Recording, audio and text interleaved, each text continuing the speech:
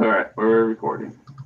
Right, and also they didn't even include the network equipment, $2 million for that, into their annual expenses. And so, yeah, it appears they're still losing money, but they say that money's not the issue.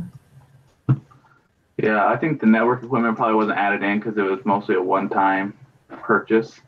Right. And so it's not like it'd be a year after year thing for them. But even, right, the net value would still be, they would have that as a depreciation over a lot of years for $2 million.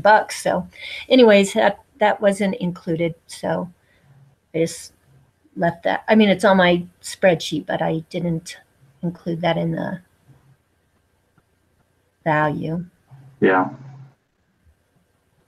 And I think the most part, the guy who was doing the video, he wasn't trying to get it exact to what it would actually be. At least that's how I felt. His numbers weren't correct for the most part. So Right. it's not really do this exactly how I say it, understand how I do it, then go do it yourself. Yeah. Right. So, yeah, and I think we only have 3 questions for Cloudflare group discussion. No, there's 7. Oh, I only have 3 on my page. So, you're probably on the preparation one. That one only had 3.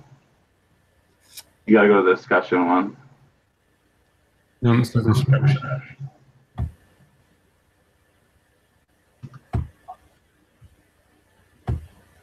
Too many pages open. Well, we can start discussing that first question, which is with respect to the elements of Cloudflare's business model, customer value proposition, technology and operations, go-to-market plan, and profit formula. What should management's top priorities, both in terms of what they need and what they need to do next? Yeah, you're on the wrong one, Susan. That's not the discussion.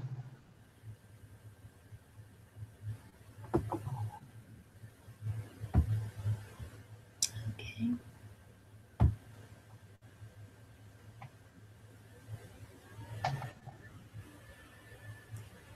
Yeah, that was the prep assignment. So, yeah, and usually If you want, I can just go ahead and start, Sue. With the first, okay. I don't mind leading it until you get there. Well, it's coming up right now. So, okay. Oh, no, it's not. Okay, yeah, go ahead and just ask the first question. Okay, so we'll start with 3. It says, with regard to the key elements of the business model, what should Cloudflare keep/start doing with respect to CVP, GTM, TOM, and CFF? Did you guys, any of you guys find what CFF was? Couldn't find it. I couldn't either.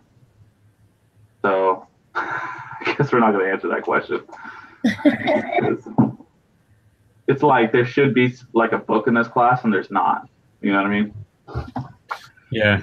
There's some kind of material explaining things, but there's just not. Yeah. Well, just think, what could it be? What does F stand for? So customer frequent flyer. No, I don't even want to guess. So CVP was about profit. CVP, it seemed like, okay, so from the prep assignment, I thought CVP was customer value proposition. I looked it up on Investopedia, and it was cost value profit. Yeah. Would it be customer value proposition now? For customer value proposition, yeah, I guess it could be. Hold on, let me see here for a second. Because that's what the prep assignment says. Then probably, yeah, that's what it is, yeah. I looked it up. I didn't even see that. I looked it up on Investopedia, just on the internet. So it probably is customer value proposition. That would make more sense with the other things. So describe key elements. I guess what are some of the key elements of what they're offering the customer? Protection. Double speed. Increased bandwidth speed. Yeah, and it says keep or start doing. So I think they should start doing all those things. But I like the idea of monetizing their data for commercials. because they have all these patterns of how everybody surfs the internet, and that could be licensed out to people who want to do advertising. So I thought that was a super good idea to monetize that. Mm-hmm. But obviously, for organizational implications, they would have to hire a lot more people to do so. Mm-hmm. And they probably need some more structure because other companies aren't going to want to work with them when their structure, they don't know who to talk to, you know? Right.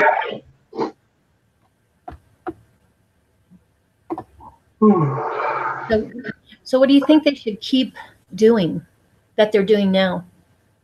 Yeah, we just said that. It was that they should keep working on making the websites faster and on protecting websites, but then we also said that they should start monetizing their data for advertising. Okay, so that was for the, I guess it's the same thing as the key elements. Well, not totally. The keep is, yes, but not to start doing. Mm-hmm.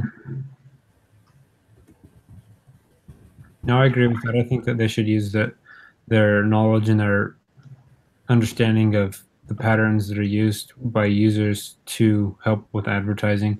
And I think that they could advertise with those patterns. I think Yeah, they start advertising themselves, definitely. but also help other companies advertise. Yeah, I think that's really true. Okay. All right, so I guess for go to market then. Well, go to market. Okay, well, the next thing that I have on the list to ask is to take a closer look at cash flow formulas, which we already talked about that. But we're not there yet, Susan. We're still at go to market. So see that table we talked about CVP, but we're still supposed to talk about go to market, TOM, and CFF. Okay. Okay. So I guess their go to market strategy.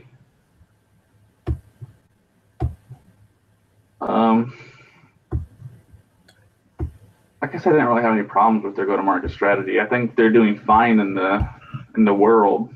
It's just inside, I don't think they're doing well. Mm-hmm. I think they have a really good strategy, and I think that their business is pretty cool. The things that they've come up with to do to track all the patterns in their algorithms to make sure to increase protection for users. I think that's pretty cool. I just think that they need to organize within. Yeah. A little bit more. Get some more. They probably need to start some program for their human resources. Maybe HR people. And even though they don't like the idea of having titles or seniority, they need to do that because nobody has anybody to look to for direction. They're just kind of all over the place. You have to have those things in some way, shape, or form. You have to have a middleman between the workers and management. Mm-hmm. Right. That's what I wrote all about on my analysis, and that if they're validated, they won't feel so frustrated with work because they complain and nobody pays any attention. So why bother? So they'll just keep losing people if they don't get some organization going on. Yeah. I guess that kind of moves over to the TOM, what Susan was saying about technology and operations. So kind of on the operations side, they even talked about a little bit about their technology. Some of the people left because they code in multiple languages. Mm-hmm. There's no descriptions, and eventually as the company gets bigger, they're going to start to get confused in what they did before. Mm-hmm. So I think there's just not a lot of proper, organization, not only within the organization, but like within their work, that eventually when they get larger, it's going to come back and hurt them. Yeah.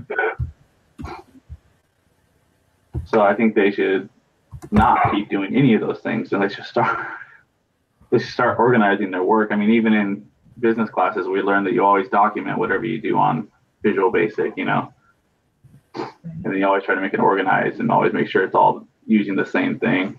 Yeah. Protects you legally as well as everything else. Yeah. Makes the business run smoothly. So, I mean, and so kind of with the technology and operations with organizational implications, they're going to have to hire some managers, who enforce those kind of things. Because if no one's going to be like, hey, you need to do it this way, then it's never going to get done.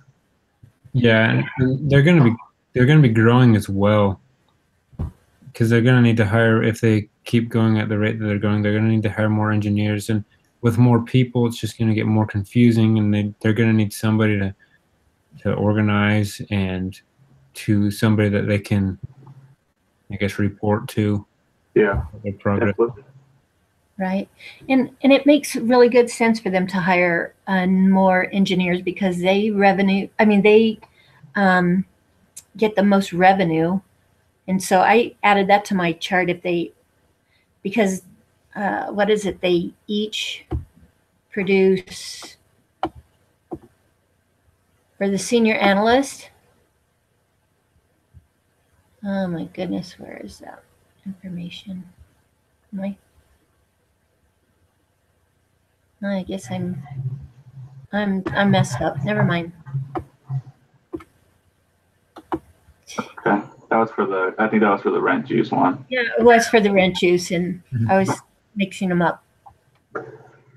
Okay. Well, does anyone else have anything to say, or should we move on to question 4? Move on. Yeah. Okay. Well, so we're just kind of leaving CFF off because we don't know what that stands for. Yeah, we don't know what it is. Customer. It's probably the cash flow formula is probably what it is. Cash flow formula. That makes sense. But we don't have the information to do cash flow. We have the information to do profit, but not cash flow. We don't have working capital. We don't have a lot of other things. So let's change 4 to cash flow formula to profit formula because I agree. I don't know what else we're supposed to do because we don't have the info. Okay. Okay, wait, change it to what? Profit. We're not going to talk about cash flow. We're going to talk about profit. Profit. Because I think that's a typo anyways, because it says, working as a group, take a closer look at Cloudflare's cash flow formula. Suppose we have to hire more engineers in direct proportion to how we scale. How long will it take to become profitable? So it's talking about profitability, not cash flow. Mm-hmm. So I think we should just talk about profit. Okay, so how are we going to make a better profit?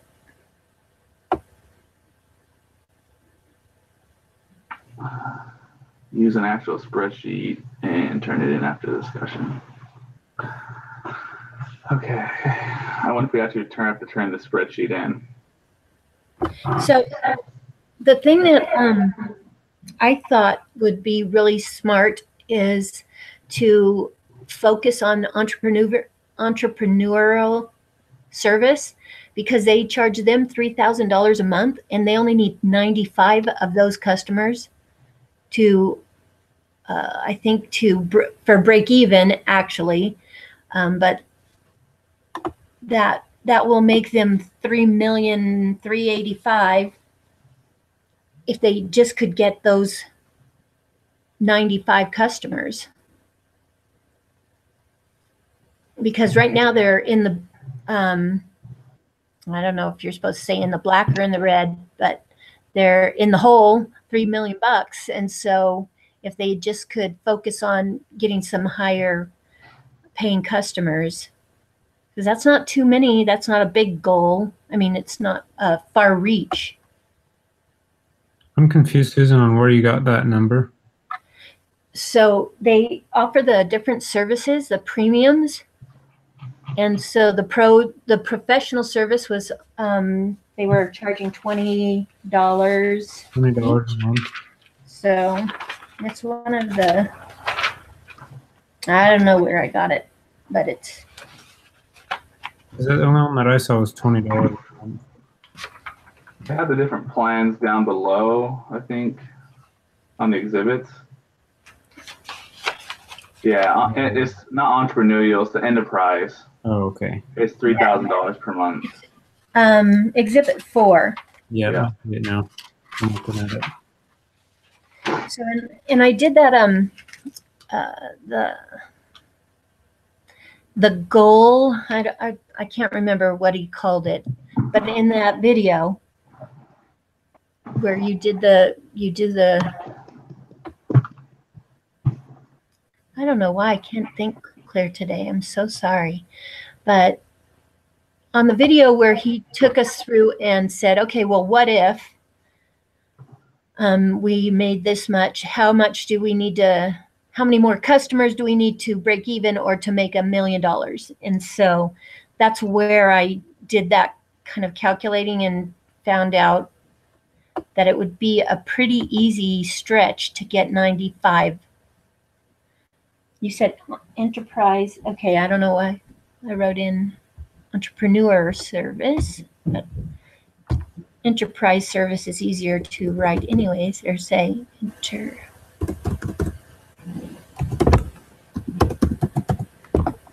So I don't know. You're the business major, Andrew. Does that not make sense? Aren't you a business major too? Yeah, but I'm not into the accounting at all. I think that it's too far over my head. I used to think I would be a really good entrepreneur, which I have that kind of in my head, a big spirit for that, but the numbers are just way too over my head.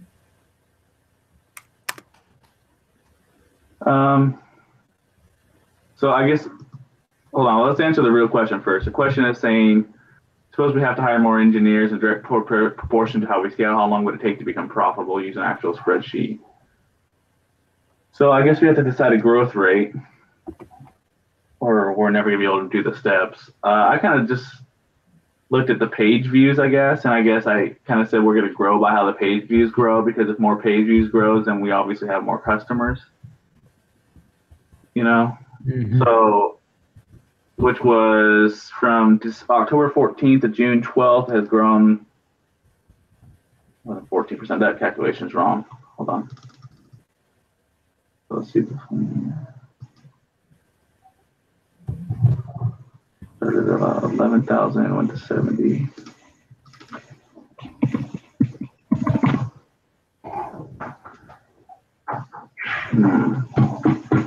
I guess we could just make an assumption. That's probably what we're going to have to do.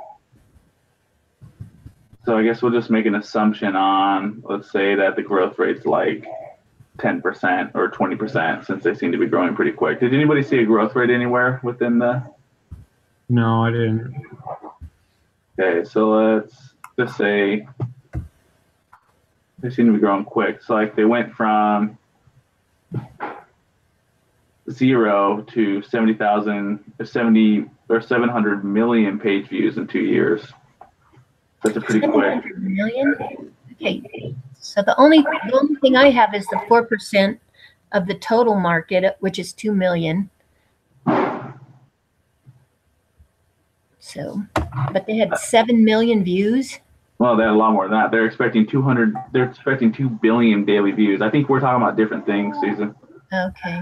I'm talking about how many times people have viewed the pages of their customers. Right. I don't know. That's hard to say. I say let's just put like the 20% growth rate, because it doesn't give us anything about growth.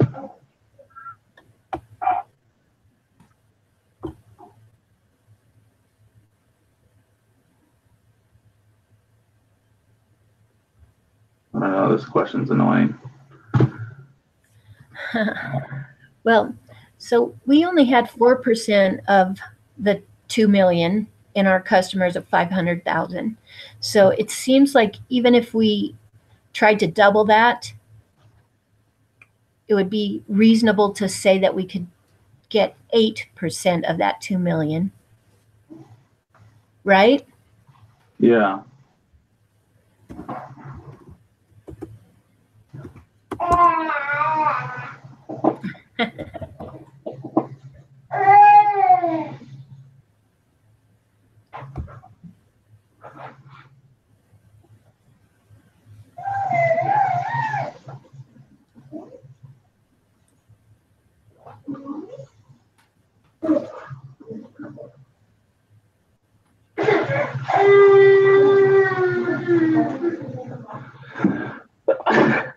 Excuse me. Bless you. Yeah, but Susan, saying that 8% of 500,000, that's not technically growth, it's conversion. But we're looking like saying we want to grow. So we would say something like if we're growing 20%, it would be like 500,000 times 1.2. That'd be, and then we would times that by 0.4, saying that we retain 4% of that, our total customer base. That's what that's saying. So unless we can get our conversion rate to go up, but we have the assumed conversion rate of 4%. I don't think we change that, but we can say that we grow at 20% every year. Does that make sense? Yeah, it'd be great if they can grow 20% every year. Well, I mean, I think so. I mean, what, they've been in business 2 years and they're at 500,000 customers, so that we're probably undercutting their real growth. But we'll just do an assumption, and then we'll see how many years it takes them. So let's see here. Sorry. Brent, do you have the real numbers in, not the numbers that he talked about in the video on your sheet? yeah, I have real numbers. Will you bring the sheet up? I didn't put the real numbers in yet. Okay. Yeah, I'm sure. Got some major senioritis going on.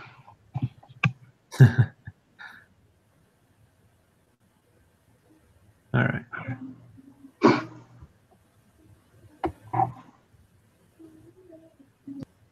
I was just working on growth rate. But I believe this is all, I think these are all the real numbers. And I think that my variable cost is right too. Just going off of what I read in the case. That's what I figured out was the variable cost.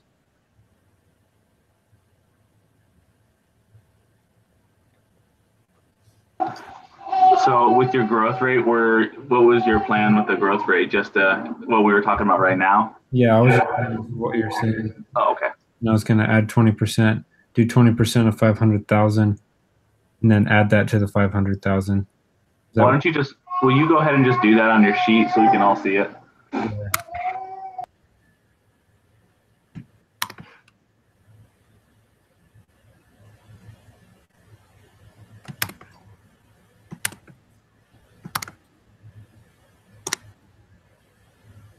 That'd be 600,000, right? Sorry, yeah, I have my microphone muted so it doesn't keep popping my screen so I can see yours, but yes.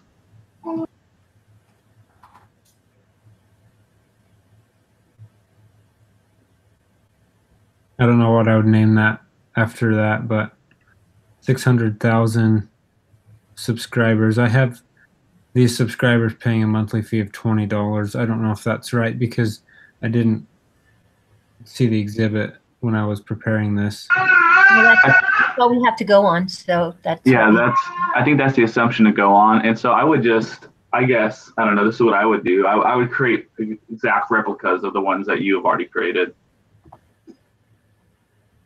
What do you mean? So like the chart that you've already created, I would just create another one that to the side and put it for like 2012, 2013, 2014. Oh, okay. Until you're profitable, and then change all the numbers accordingly.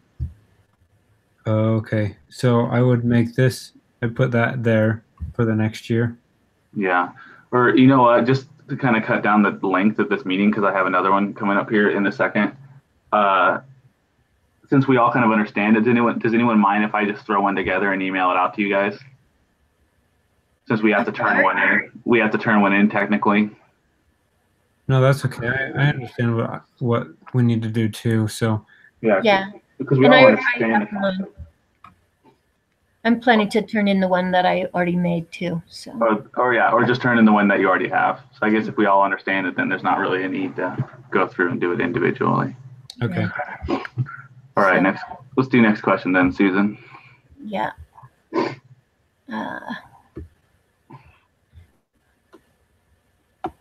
So why does Cloudflare management want to get big fast?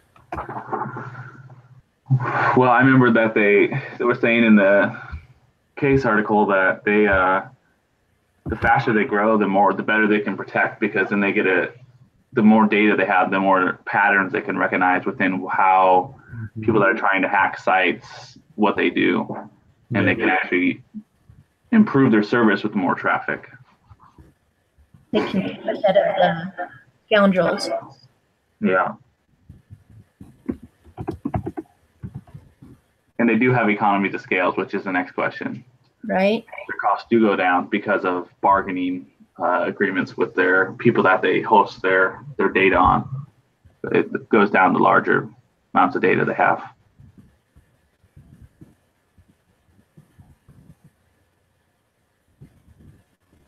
Okay, what does Cloudflare have economies of scale? Yeah, we already talked about that. Does Cloudflare have network effects? Yes. That's kind of the economies of scales. Yeah. Same answer. The more traffic, the better each customer is protected. Yeah. So. Does Cloudflare have high switching costs? No. So does everybody know what switching costs are? We've talked about it before. I don't know what switching costs are. It's literally just, so like if you sign up with, like, say Verizon, you have a 2-year contract, right? So that's that's their switching cost. So what happens if you want to switch carriers? Well, you got to pay them a bunch of money, right? So you could say they have high switching costs, but like someone like Cloudflare, where you could join and leave the next day, then you wouldn't have high switching costs. At least it doesn't say they have any switching costs. So. Right, and so they don't have a contract that they have to stay with them for a specific time. Yeah, but there's not really a competitor out there. So. Well, they said they just had a couple of small competitors. Yeah. I mean, I guess a switching cost pain would be that they aren't going to have as good a protection. So maybe they have some non-monetary switching costs. Yeah. Okay, we already answered why they would want to get big fast. What reasons? What reasons might you suggest for not growing so fast? I would say the only thing that I say they need to slow down a little bit, maybe do, is their organization. They need to restructure. I would say structure and management, maybe, because they just need to have people to report to. They need to organize themselves before they can grow fast. They need that in place. So you have to keep hiring a bunch of people. They don't want to just stick random people in there. I don't know. I hate their organization structure. I mean, I love the freeness of it, but I think there's been other examples of businesses that have done the same thing, but they have some structure to it. Yeah. Right. It doesn't seem like a very good business model. No. So discuss each of the recent resignations for each one, list the reasons why they left. So yeah, I wrote all of those down. That would take a long time, but first time. I think we could kind of generalize. I mean, a lot of them left, from what I understood, because the workload was too high. There was no organization. Yep. They didn't feel like they were being heard. Yeah, and they didn't feel like they were inputting what they could. They didn't feel like they were being beneficial, or they wanted challenging projects that they could show their work for, but there weren't really any of that. They kind of wanted to get top talent and then not treat them the right way, like top talent should be treated. Yeah. Right. And a lot of people they lost were pretty high up people that probably were really smart and really could have done a lot of good. Yeah. Right. And, not hearing them is that other issue, because they lived close by. It wasn't a big deal for them to come to the meeting every Friday afternoon at 5. But for the guy that had to commute home, they could have just changed that. It would have been easy for them to get to a different time. So. Yeah. And that's what I think just kind of bugs me. It's like, who has a meeting for an hour and a half on Friday at 5:30? Like, come on. Right. Exactly. That's like organization 101. Like, how dumb can you be? Mm-hmm. We did that in the military all the time, and every single person hated it. Yeah.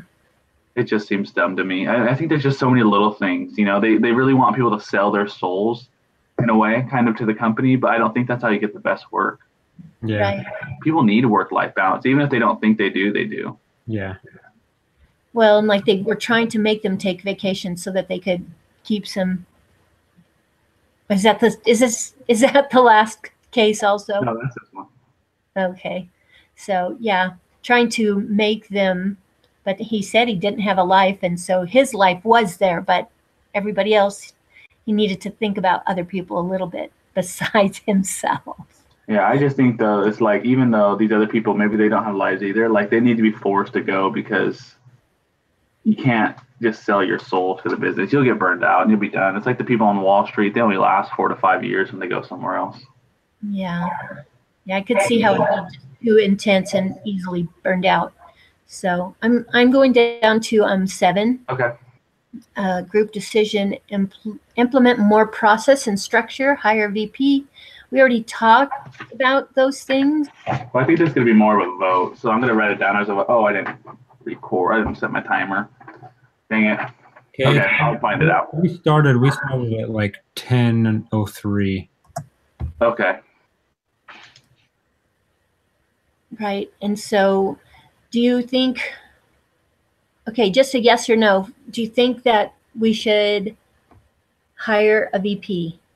Yes. Yes. In HR and start using titles. Yes. Yes, yes, and yes. Yeah.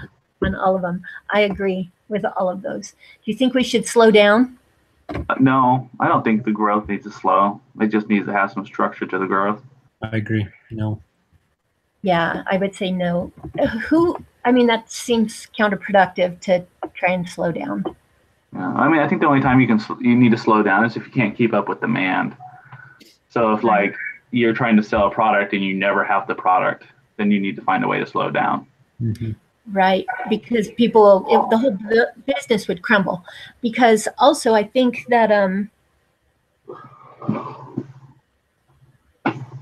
wrote that they needed to keep up. The president, the CEO, they need to keep up. They need to get on top of things instead of letting it all just fall by the wayside.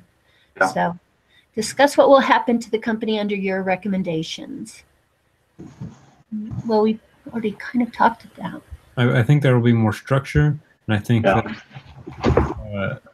people will understand the hiring process better when somebody's hired, an HR representative is hired, and a VP is hired, so that they can report and they can, just in general have more structure. Yeah, I think they'll keep more of their employees too, and they'll keep them more motivated. Like it doesn't have to be a crazy rigid structure. It doesn't have to be like you have to be scared to walk into the VP's office and talk to him or something like that. You can still keep it super like level. You got to have somebody there. Mm-hmm. Right. It's just, I did an internship for a company. I worked with the CFO every day. I walked into his office whenever I wanted to and asked him something, but there was definitely still a structure. Yeah. So what will happen to the cost structure and therefore profitability of the company? Well, there'll probably be some salary raises. If you're to hire a VP, you got to pay him more than everyone else. But then I think you'll keep better people who will produce more money. Yeah. So the cost structure will change a little bit. It'll probably become more fixed than it will variable. Yeah, I think it might take time for the company to be more profitable, but in the end, it will be more profitable because they will retain their employees. Their employees should be able to crank out more work efficiently because they'll have structure. So. Yeah, and they're still into hiring engineers, which is great, but engineers usually aren't good with people, and they're usually not good with money. Mm-hmm. So, it's just kind of things like that. Like you have to eventually get somebody in there who actually knows what they're doing. Yeah. I don't know, my last bishop or 2 bishops ago, he was an engineer and he was great with money. He was really smart in everything, and he was great with people too. Being a bishop, he's just like overall perfect. So anyway. Yeah. I'm not saying that. That's illogical to think that there's no engineers that are, obviously, but just as a general term, right. They're probably not your number one choice for HR. Yeah. I'm writing that down. Engineers are usually not good with people or money. Don't tell an engineer that. Well, my uncle's an engineer, and he's been a temple president and all sorts of things. So I get it. There's perfectly fine engineers. It's just, there's a reason they're engineers. They just have different interests. Yeah. Especially ones who sell their soul to companies and don't do anything else. So, and are single. I like this discussion because it's kind of just gives me different perspectives. I think I wrote that on the discussion board, trying to write something so I can click off the box. So I don't know if you guys ever read that, but I give you guys kudos. Anyways, so that's all I don't have anything else to add to this discussion. Okay. All right. Well, I'll email out the link. All right. We can all be done with this assignment. And so can I just ask one before we go today, because next week we have an essay that's due on Wednesday, and so maybe we can plan on meeting Thursday or Friday. Oh, we have an essay? Yeah, it's due on Wednesday. No. And the case due on Friday? And then another case that's due on Saturday, I think. Saturday. I meant Saturday. Oh my goodness. Okay. We're getting real close though. This is our last essay. Yeah. And then we have the Green Keurig Mountain negotiation case. And then, so there's only one case in week 13, and then the Kate Spade case to finish up the semester. So this is our last biggest week. Okay. So because I have to go to California, I have to, and so I'm trying to figure out my first week of April, which is week 13. Mm-hmm. And so, anyway, so when do you want to meet next week? We better decide that. If everyone can meet at the same time. Wednesday's okay. Yeah, it's all right with me. Well, we don't have to talk about the case or the essay, right? No. We just need to talk about the case. So maybe we should meet later for the case, because the essay has to be done by Wednesday, and I'm probably going to be focused mostly on the essay since they're worth 100 points. Can we do Friday? Yeah, I'd be good with Friday at this time, at our normal time. 11:30, Friday, 11:30. Yeah. Are you okay with that, Susan? I am. That's my temple day, but it's okay. I don't always go on Friday. So 11:30 Friday the 30th. Yep. Okay. To talk about one case and to weep over the end of the semester coming. Yeah. And Brenta, are you in charge of that? Yeah, I'll be in charge of it. Okay. All right. All right. Thank you guys, and we'll see you next Friday. Have a great week and a half. Thanks, guys.